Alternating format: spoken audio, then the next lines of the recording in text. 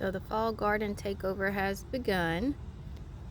I've planted some arugula here in this herb bed, and then some cilantro popping up back there behind this sage plant that looks pretty sad, but it's that time of year. That oregano, on the other hand, looks beautiful. It's always full and lush. Now this bed on the left half, I transplanted some tatsoi, bok choy, arugula, and romaine lettuce. And then in these two rows, more bok choy. Planted that a couple days ago. And then rutabaga along the back. Rutabaga just started popping up. You can see those little bitty ones there. Bok choy came up a day or so before that. But the transplants are looking pretty good.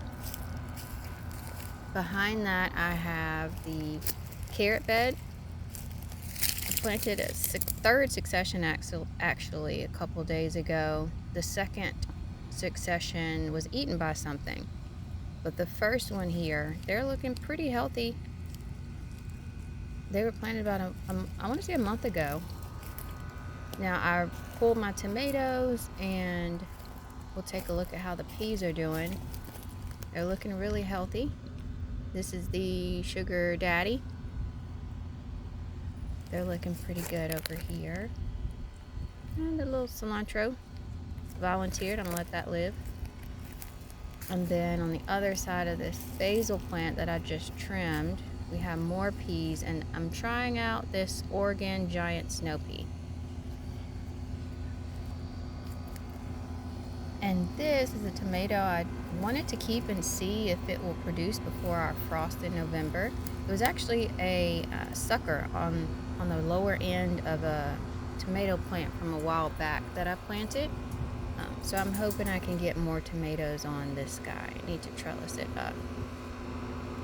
I can kind of tuck it in there with one hand. Maybe not. There we go. That'll work. But it's healthy. Need to trellis that part too.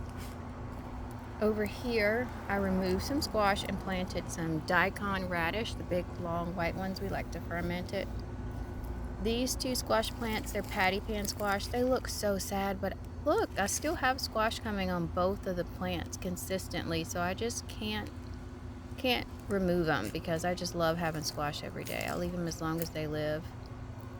These sweet potato vines, they'll be the next thing to come out. I need to pull them out before it rains this week because they're due. These two rows, I transplanted out this row's cabbage and broccoli, and then this other row here is kale. I have 16 or 17 kale plants in this row. I started those indoors, and they are looking really good. They're a little sad, it's hot outside, but they're good.